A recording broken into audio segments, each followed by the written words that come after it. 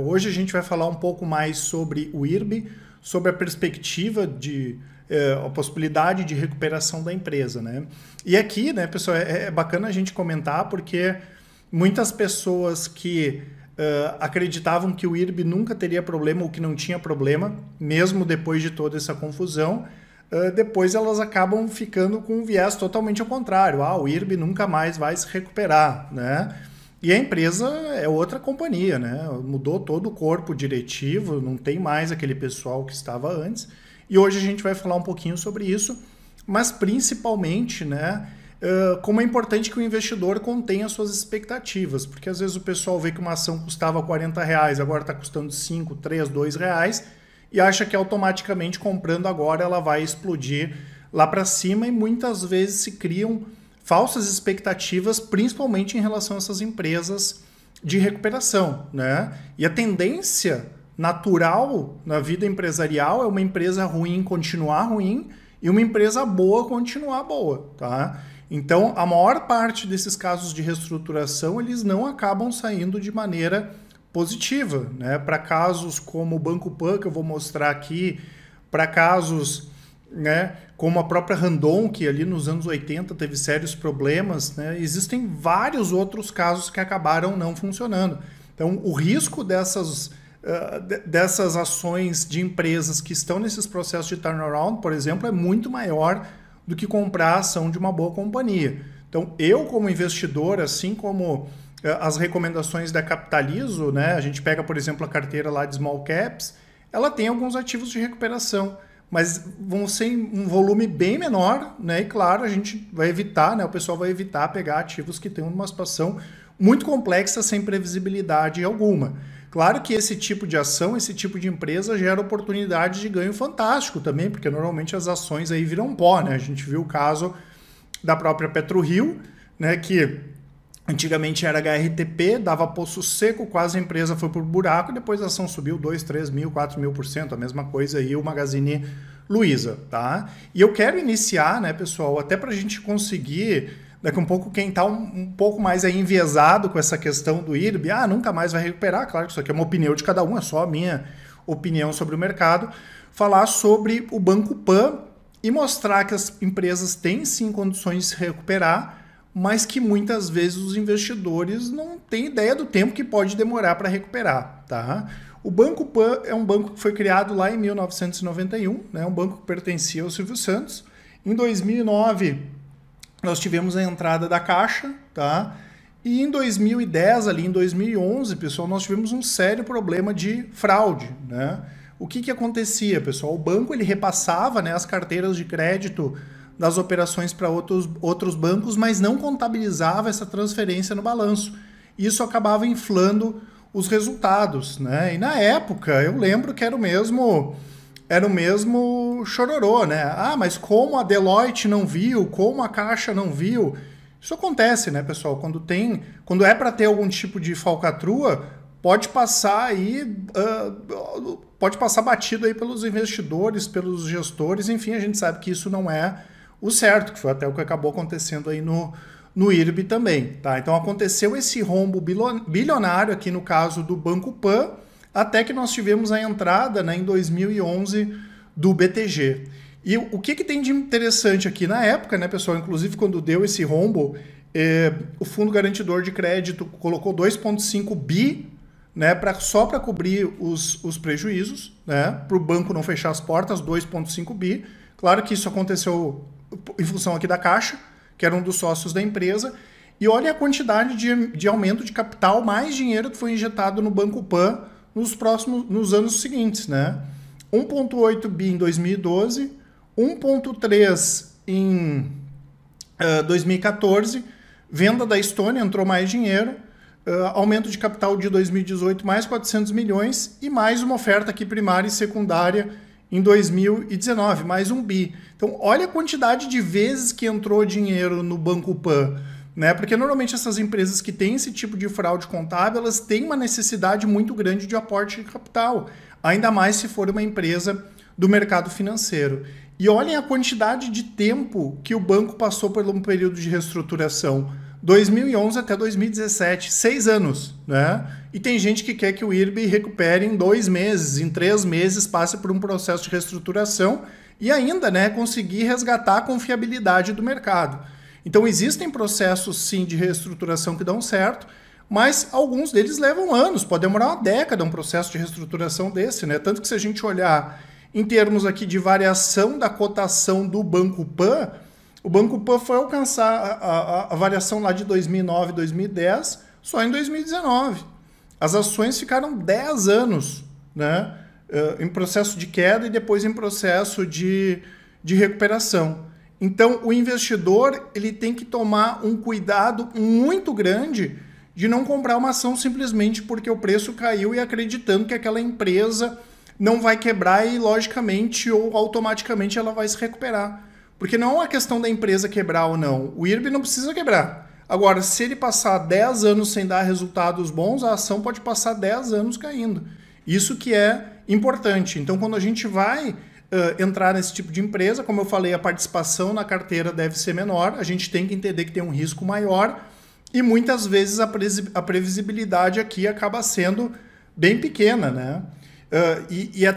Foi tão violento no caso aqui do Banco Pan, assim como o IRB vai levar durante alguns anos também esses efeitos no balanço, talvez menos aqui que o Banco Pan, que se vocês entrarem nos resultados do Banco Pan, eles colocam aqui, ó, o ROI contábil e ROI ajustado, o não auditado. O que quer dizer esse aqui? Ainda levando em conta lá os prejuízos de 2010, 2011. Para vocês terem uma ideia, que eles tinham um CDB pré-fixado, não sei se era 30%, 40% esse CDB, que eles ofereceram lá em 2005, 2008, que vai gerar prejuízo até 2025. Então a gente está falando aqui de 20 anos, né?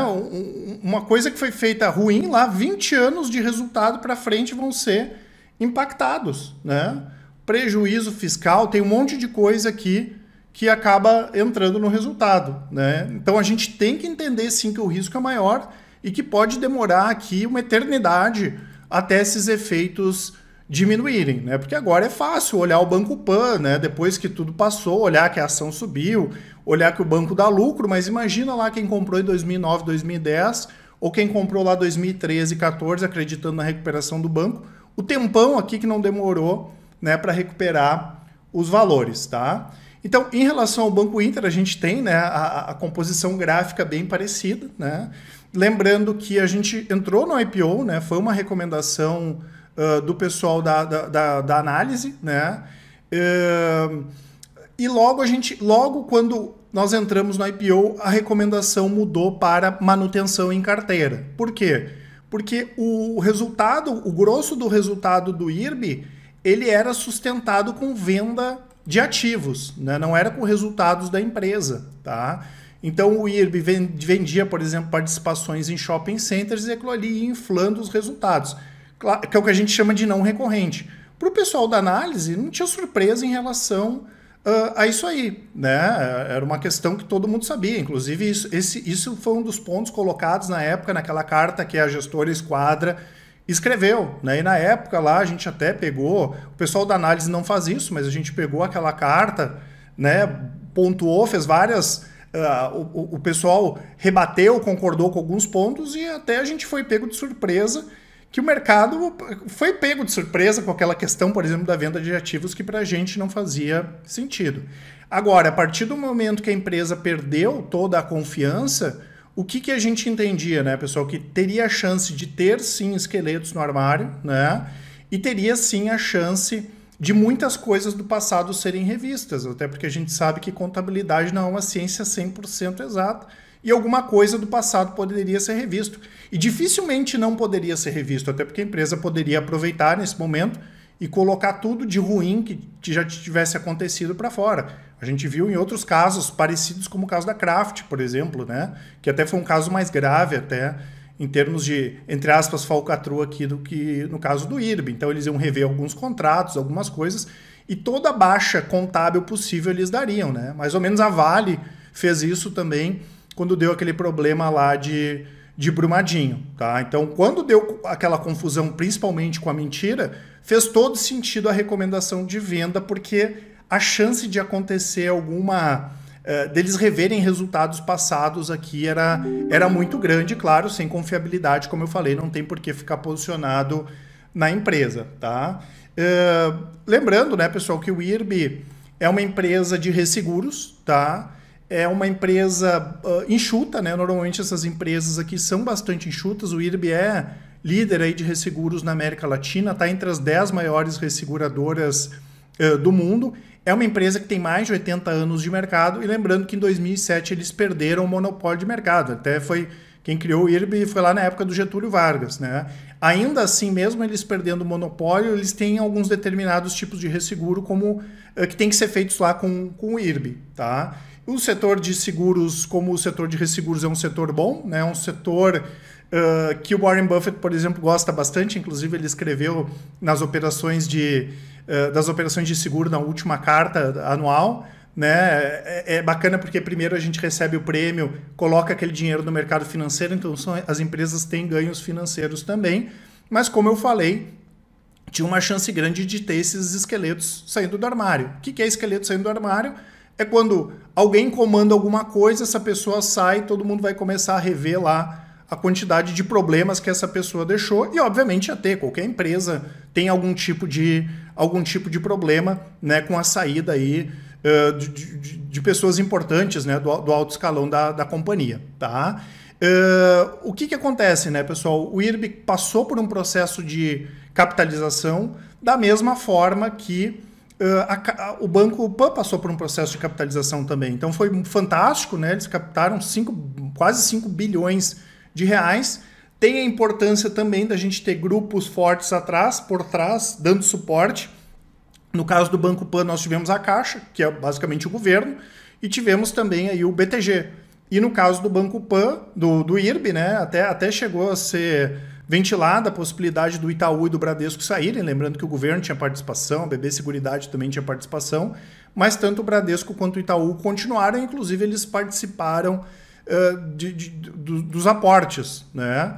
Então, assim, aparentemente o pior já passou, tá? Agora tem sim a chance de ter mais algum tipo de surpresa, como aconteceu no caso do Banco Pan, né? Talvez o pessoal não esperava ter que fazer todos aqueles aportes de capital que acabaram acontecendo. E como a geração de caixa que foi fraca no final do ano passado, e o IRB tem muita garantia, ele tem que ter garantia das operações, até porque trabalha com seguro, com resseguro, isso aí é uma questão que tem que ter bastante garantia, é possível sim que tenha que fazer mais um aporte de capital, né? Tenha que emitir mais ações, enfim.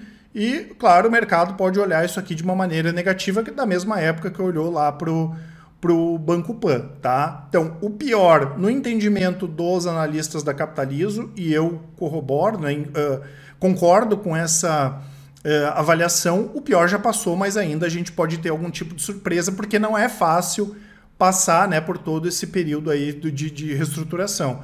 Claro que o negócio não é ruim, tá? Nós tivemos uma retenção, só para vocês terem uma ideia, de mais de 90% dos clientes. Agora, o IRB não está divulgando nada, né? O IRB não está divulgando guidance, não está divulgando nada. Então não tem como projetar, como tem muita gente fazendo, dividendos. O IRB vai voltar a pagar bons dividendos, o IRB vai ter um lucro grande.